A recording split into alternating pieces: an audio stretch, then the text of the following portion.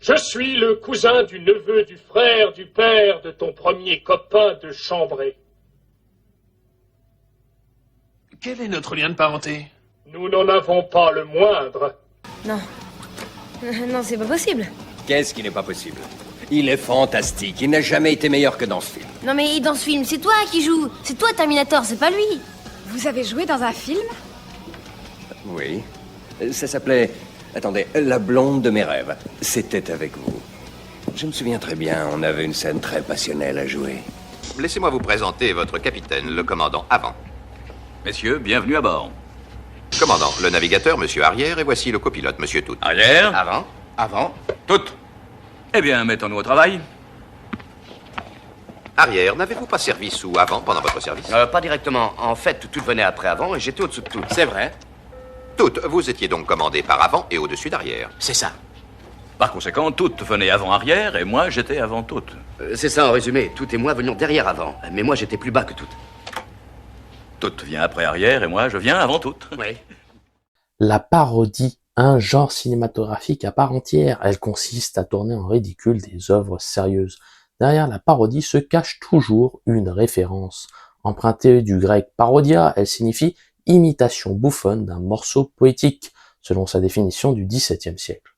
Déjà en littérature, plusieurs ouvrages traversent les siècles. On pense à Don Quichotte de la Mancha de Cervantes en 1605, se moquant des romans de chevalerie, ou Pantagruel de Rabelais en 1532. Des titres de journaux s'amusent à tourner en dérision d'autres grands médias de presse écrite.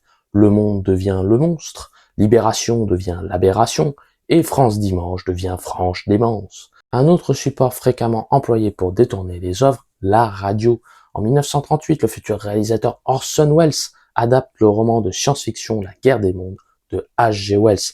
Il se montre si crédible que de nombreux auditeurs croient que de véritables extraterrestres débarquent aux États-Unis. La parodie se diffuse sur une grande majorité des supports de communication. Je vous propose de parcourir avec moi ce genre à travers l'analyse de 3 films. Y a-t-il un pilote dans l'avion? La folle histoire de l'espace et Last Action Hero. 3 œuvres pour comprendre les ressorts de la parodie au cinéma. Générique.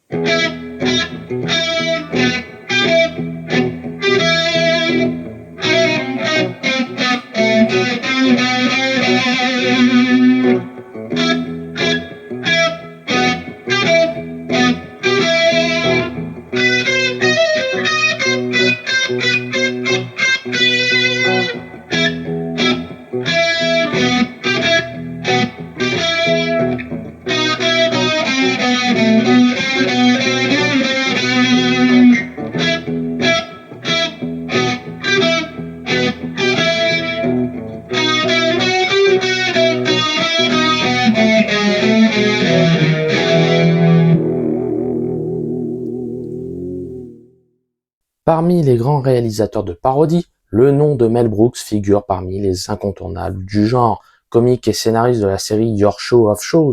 Entre 1950 et 1954, il se spécialise la décennie suivante dans la création de parodies sur les grands genres cinématographiques hollywoodiens.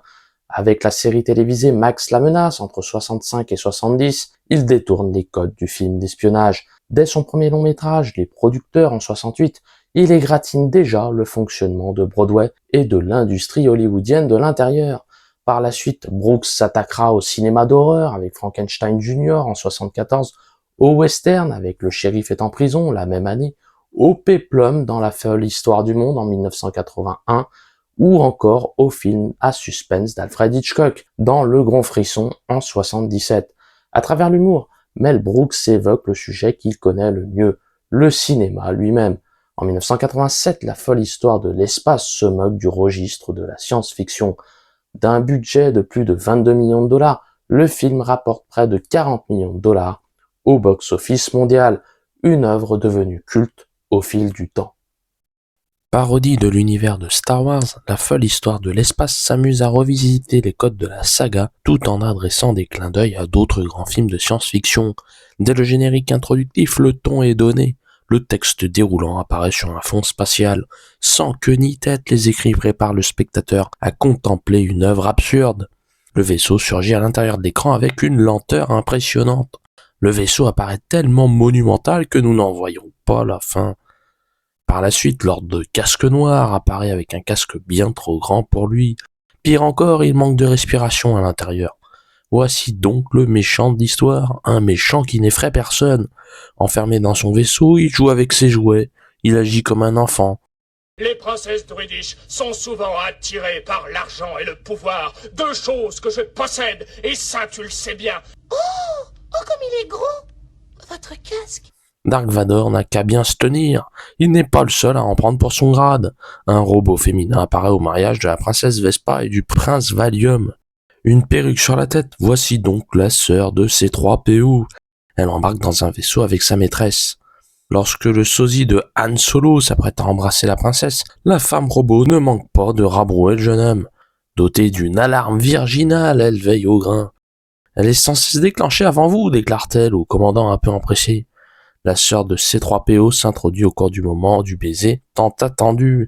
Dans le rôle de la mère de famille demandant à son futur gendre de calmer ses ardeurs, elle incarne bien la figure d'autorité morale. En lieu et place du Faucon Millennium, Burke et Solo voyagent à bord d'une caravane volante.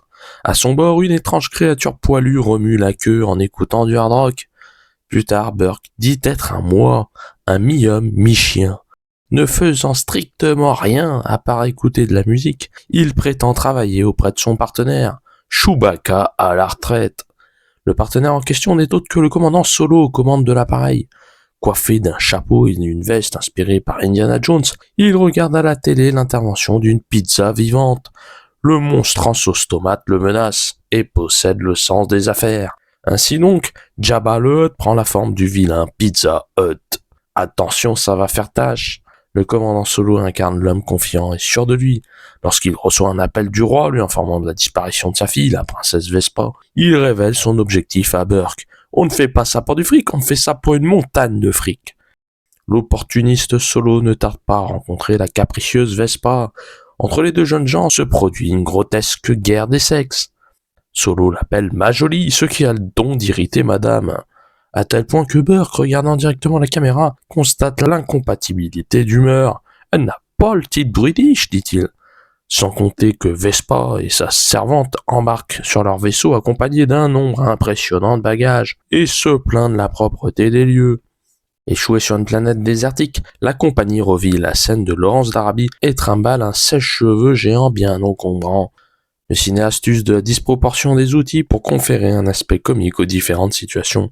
Un casque trop gros, des petites créatures inspirées des Jawas avec des visages d'hommes adultes marchent dans le désert en sifflant la chanson de Blanche-Neige et les 7 nains.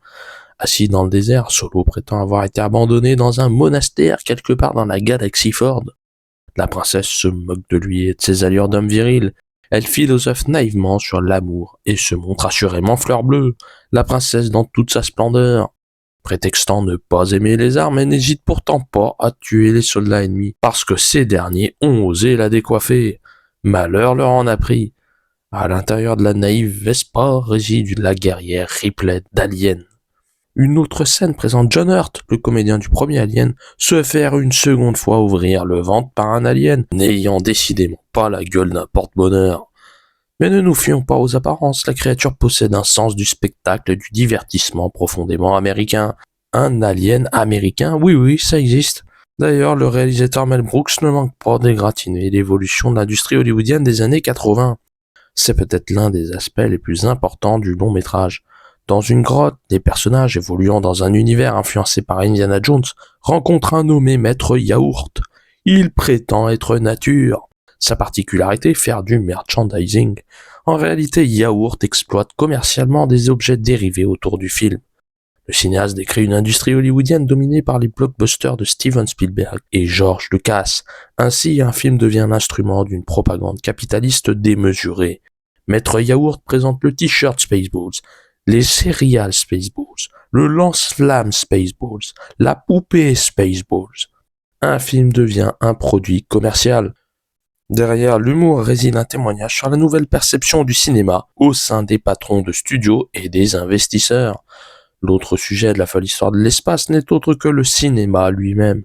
L'un des ressorts comiques employés repose sur la mise en abîme du film dans le film. Au cours d'une scène montrant un membre d'équipage de casque noir essayant de trouver la VHS du film, le réalisateur Mel Brooks retrace sa propre filmographie. La cassette minute est en vente avant que le film ne soit terminé, fait remarquer l'assistant du méchant. Placée dans le magnétoscope, la VHS nous donne l'occasion de revisionner le début du film en compagnie des personnages. Ces derniers découvrent que la caméra les filme et lui adresse un signe de la main. Ainsi se crée une complicité entre le cinéaste, ses acteurs et le spectateur. La parfaite mise en abîme du film dans le film. Elle devient un gag récurrent. Lorsque Casque Noir affronte Solo au sabre laser, il tue malencontreusement un technicien du film. De même, les soldats croient capturer les véritables personnages avant de réaliser qu'il s'agit des cascadeurs. Derrière la parodie de personnages caricaturés extrêmes, un machisme tourné en dérision autour d'un vaisseau se transformant en ménagère passant l'aspirateur, se dresse en réalité une réflexion sur le devenir d'Hollywood et le sens du cinéma, plus subtil qu'il n'y paraît. En 1993, un réalisateur de films d'action décide de tourner en dérision le propre genre qui a fait sa renommée. John McTiernan, l'auteur de Predator en 87, Piège de cristal en 88 et À la poursuite d'Octobre Rouge entre autres en 90, se lance dans la production d'une œuvre nourrie de clichés et de références cinéphiliques.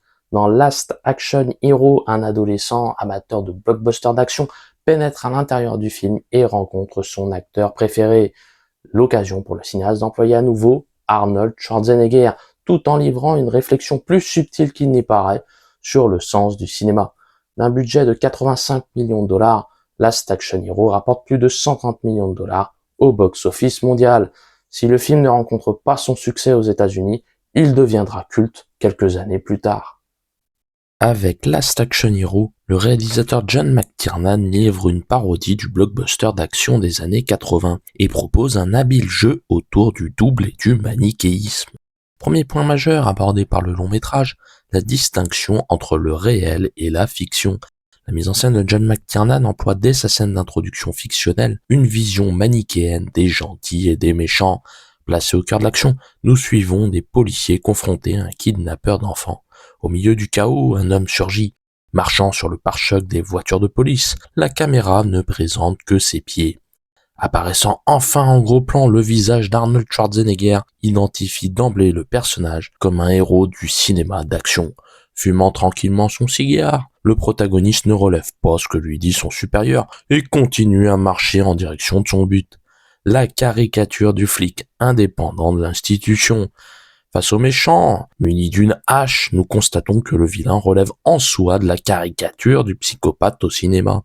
Armé jusqu'aux dents, Jack Slater dépose toute son artillerie. Simplement, il découpe une grenade. Au ralenti, le héros abat le méchant. Chaque détail joue volontairement sur une surenchère des codes du blockbuster d'action. Nous regardons une œuvre de fiction outrancière usant de son manque de crédibilité pour adresser le message suivant au spectateur.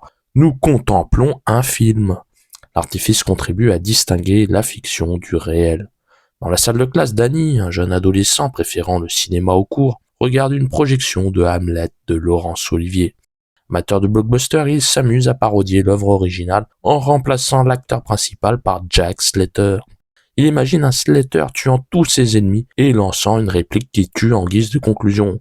Être ou ne pas être? Ne pas être. Une dernière explosion réécrit définitivement le récit de Shakespeare selon les codes du spectaculaire hollywoodien. En compagnie de Danny, popcorn dans les mains, nous découvrons le nouveau film de la saga Jack Slater sur grand écran. Apparaît dès lors la caricature d'un ponte italien de la drogue nommé Vivaldi. Monsieur Benedict est capable de t'assaisonner à la sauce Biglish. Gribiche. Accompagné d'un tueur passant son temps à corriger les expressions de son patron, les deux font la paire. Jack Slater apparaît filmé une nouvelle fois des pieds à la tête. La mise en scène répétitive donne d'emblée l'indication sur qui sont les méchants et qui est le gentil. Une maison explose. Slater se relève tranquillement sans une égratignure. Le personnage de fiction est immortel. Lorsque Danny, doté d'un ticket magique de cinéma, pénètre à l'intérieur du film, il contribue à l'humaniser et à lui permettre de devenir crédible. Le vide de Slater s'exprime lorsqu'il reçoit un appel au bureau de la caissière du coin, se faisant passer pour sa femme auprès de ses collègues. Le héros la place sur un enregistreur. Oui. Oui. De même que la vie de Slater semble une coquille vide, celle de chaque figurante l'est tout autant. Dans un vidéoclub, Danny interpelle Slater sur la similitude des numéros de téléphone des habitantes de la ville. De même, il relève le physique des jeunes femmes sélectionnées au casting. Bon, d'accord. Et cette vendeuse-là, tu trouves pas qu'elle est beaucoup trop canon pour travailler dans un magasin de vidéo? Les méchants s'identifient par des caractéristiques exagérées. Benedict se présente avec son œil de verre. Vivaldi gesticule en imitant les gangsters italiens. Lorsque Benedict s'apprête à tuer son patron, celui-ci implore son pardon et sa pitié avec une dimension volontairement grotesque. Outre l'opposition entre la réalité et la fiction, les gentils et les méchants, Last Action Hero propose une mise en abîme du film dans le film. Danny ne cesse de rappeler à Jack Slater qu'il évolue dans un univers fictif. Lorsque le policier est engueulé par son supérieur au commissariat, l'adolescent mentionne la présence d'un personnage de cartoon travaillant sur place. Un chat de dessin animé vient d'entrer dans votre commissariat. Ouh! Danny possède un temps d'avance sur tous les personnages, car il a vu tous les films de la saga. Lorsqu'il rencontre la fille de Slater, il lui affirme qu'il s'agit de sa première apparition au générique. Par la suite, Danny demande à Jack de lire un gros mot sur un calepin, ce dont le personnage se trouve incapable. Il s'agit d'un film tout public. En menaçant Persévère d'une arme, il lui indique que le méchant s'est trop exprimé uniquement pour avoir des répliques supplémentaires. En digne parodie, le film de John McTiernan cite des références cinématographiques tournées en dérision. Danny à vélo rejoue la scène d'E.T. l'extraterrestre. Benedict, en possession du ticket magique, regarde la caméra sur la musique de la série Les Envahisseurs. La mort personnifiée, sortant tout droit du film suédois Le 7e saut d'Ingmar Bergman, rappelle qu'elle ne fait pas de fiction. Last Action Hero recourt aussi à l'autocitation. Le réalisateur John McTiernan détourne son propre film Piège de cristal. Slater rejoue une des scènes finales du méchant tombant en ralenti de l'immeuble. Plus tard, Danny demande à Slater de vérifier que les morts d'un taxi soient réellement morts. On croit qu'ils sont morts, mais ça veut rien dire. Dans Piège de cristal, t'as un pendu et tout à coup, à la fin du film, il revient. Les acteurs en prennent aussi pour leur grade. Le comédien F. Murray Abraham se fait régulièrement tancer pour avoir tué Mozart dans Amadeus de Milos Forman. Danny m'avait mis en garde contre toi. Il dit que tu as tué Mozart. Un acteur peut être employé par un réalisateur pour des rôles récurrents. Dans le cas de F. Murray Abraham, celui du faux ami et du vrai traître. À propos de Mozart, Schwarzenegger détourne lui-même sa propre image en écoutant la musique classique, ce qui inquiète son fan Danny.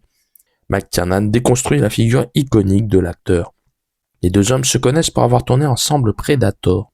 Ainsi, nous découvrons que Stallone incarne Terminator et pense créer la surprise en prononçant la réplique « Je reviendrai ». Ah, tu t'attendais pas à ce que je dise ça, hein? Mais si, tu dis toujours ça. T'es sûr? Lorsque le projectionniste rencontre pour la première fois Jack Slater, il pense qu'il s'agit de l'acteur Schwarzenegger.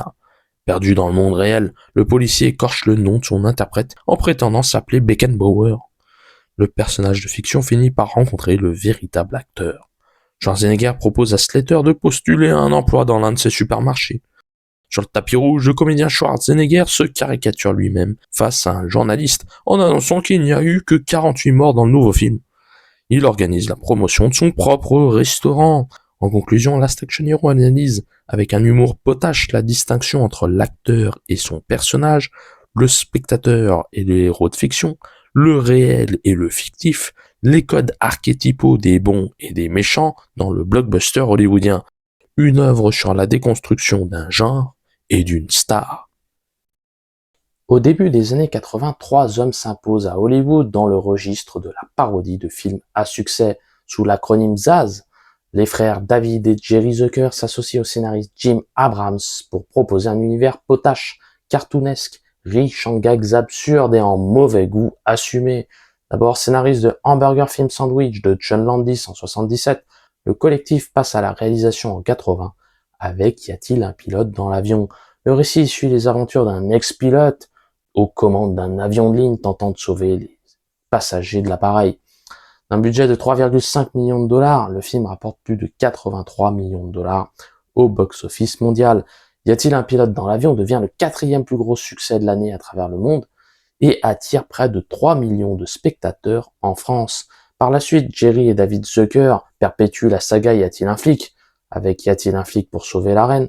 Y a-t-il un flic pour sauver le président? Et y a-t-il un flic pour sauver Hollywood? Quant à Jim Abrams, il s'engage dans la réalisation des 2 volets de la saga Hot Shots, se moquant aussi bien de Top Gun que de Rambo 3. Mais pour bien comprendre l'univers comique des As, analysons ensemble les origines de leur style. Avec Y a-t-il un pilote dans l'avion, le récit digne d'un film catastrophe devient le théâtre de la mise en scène de parodies de blockbusters hollywoodiens. À travers une multitude de scénettes, toutes plus fantasques les unes que les autres, le trio Zucker-Abrams-Zucker se livre à un détournement en règle des grands succès du genre, dans la lignée de Airport, La Tour Infernale ou 747 en péril. Y a-t-il un pilote dans l'avion s'amuse à présenter les passagers dans des situations cartoonesques. Un enfant placé sous perfusion occupe un lit d'hôpital dans l'appareil. L'avion devient un centre hospitalier. Nous croisons une bonne sœur et une dame âgée recevant un ticket pour un massage thaïlandais. L'appareil en lui-même se détache de sa fonction initiale de transporteur de passagers. En son sein existe un soin de massage. Par ailleurs, d'autres passagers commandent tranquillement un steak. Et oui, l'avion fait aussi office de restaurant. Une femme paniquée reçoit une multitude de gifles distribuées respectivement par un médecin, une bonne sœur et d'autres passagers, utilisant des outils ne faisant pas toujours dans la dentelle. Lorsque le docteur annonce qu'il n'y a décidément pas à s'affoler, son nez s'allonge tel Pinocchio, de quoi rassurer ses interlocuteurs. En réalité, le pilote a consommé un poisson avarié. Tandis que le spécialiste médical énumère les symptômes de la maladie en arrière-plan, le pilote les ressent en temps réel et se tortille avec une souffrance assez explicite. En l'absence de meneur, un pilote automatique s'impose par un gonflage impressionnant. Tout est sauf. Simplement, le mannequin ne tarde pas à perdre de sa superbe. Le docteur demande alors à la jeune hôtesse de l'air Hélène de confier les commandes à un homme n'ayant pas mangé de poisson. Sage décision. En face des boutons, le pilote Ted se confronte à des milliers de possibilités. Proche du but, il transpire d'une manière totalement disproportionnée. L'action se déroule aussi bien dans l'avion que dans la tour de contrôle. Le pilote expérimenté, interprété par Robert Stack, ne manque pas d'interpeller. Il retire une première paire de lunettes en dissimulant une seconde. Derrière une apparence ordinaire se dissimule un détail auquel le spectateur ne fait pas tout de suite attention. Par la suite, il jette une cigarette par la fenêtre et celle-ci explose. Bienvenue en absurdie. Mentionnant plus tard le mot instrument, nous voyons une image des membres présents dans le cockpit jouer de la musique. Les jeux de mots représentent un des ressorts comiques du film. Demandant un billet aller-retour pour Chicago en précisant qu'il est fumeur, Ted reçoit un billet qui fume. Un autre élément comique employé par les réalisateurs consiste à créer un décalage entre le premier et l'arrière-plan. L'officier expérimenté au volant de sa voiture roule tandis que nous apercevons en transparence des images d'Indiens sur des chevaux, un western contemporain. Outre les jeux de mots pris au sens littéral du terme et la déconnexion entre le premier et le second plan, y a-t-il un pilote dans l'avion tourne en dérision plusieurs genres cinématographiques spécifiques. Nous suivons les péripéties sentimentales de Ted et Helen. À travers la mise en scène d'un couple confronté à une rupture, le film se moque des codes de la romance au cinéma. Ted tente de retenir sa petite amie dans le terminal. Celle-ci se montre résolument décidée à le laisser. L'argument du personnage masculin ne la convainc pas. Ted nous fait comprendre son point de vue par un regard caméra, nous rendant complices de sa démarche. Quelle emmerdeuse. Par la suite, Ted s'entretient à nouveau avec Helen, avant de conclure la scène par un coup de poing donné à un passant décidément au mauvais endroit, au mauvais moment. Pourtant, Ted se remémore sa scène de première rencontre avec son ex-petite amie. Le trio Zucker-Abrams-Zucker s'amuse à tourner en dérision La Fièvre du samedi soir.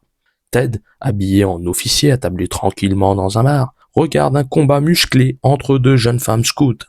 L'une d'entre elles heurte un jukebox. Le morceau Staying Alive retentit sur la piste de danse. Ted contemple alors une jeune danseuse attirant son attention.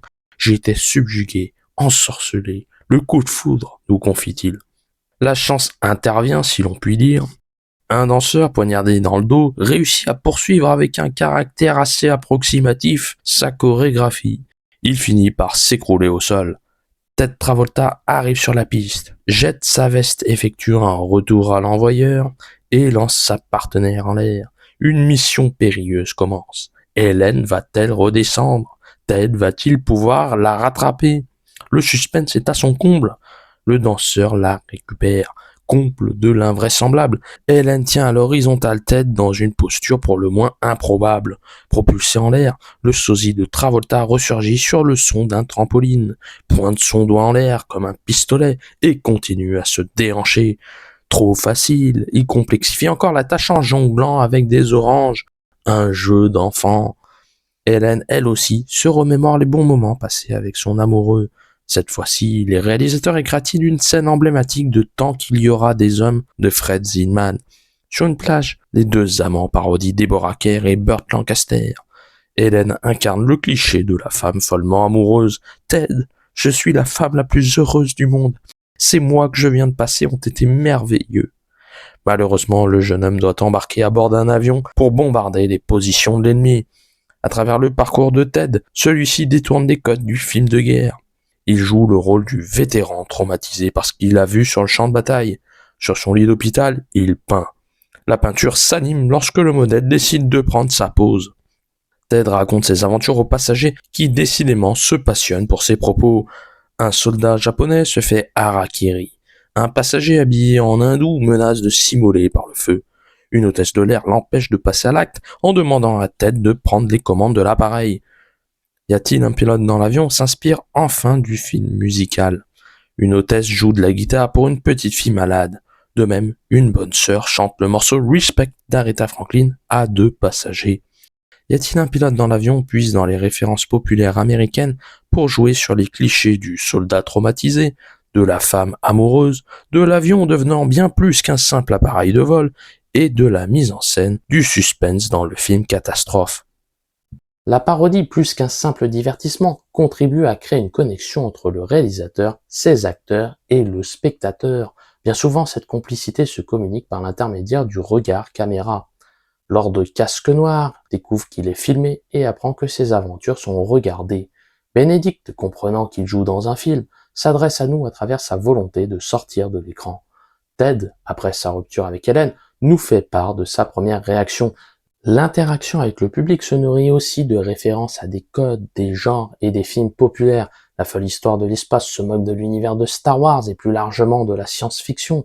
Last Action Hero détourne les codes du blockbuster d'action des années 80, ainsi que l'image d'Arnold Schwarzenegger.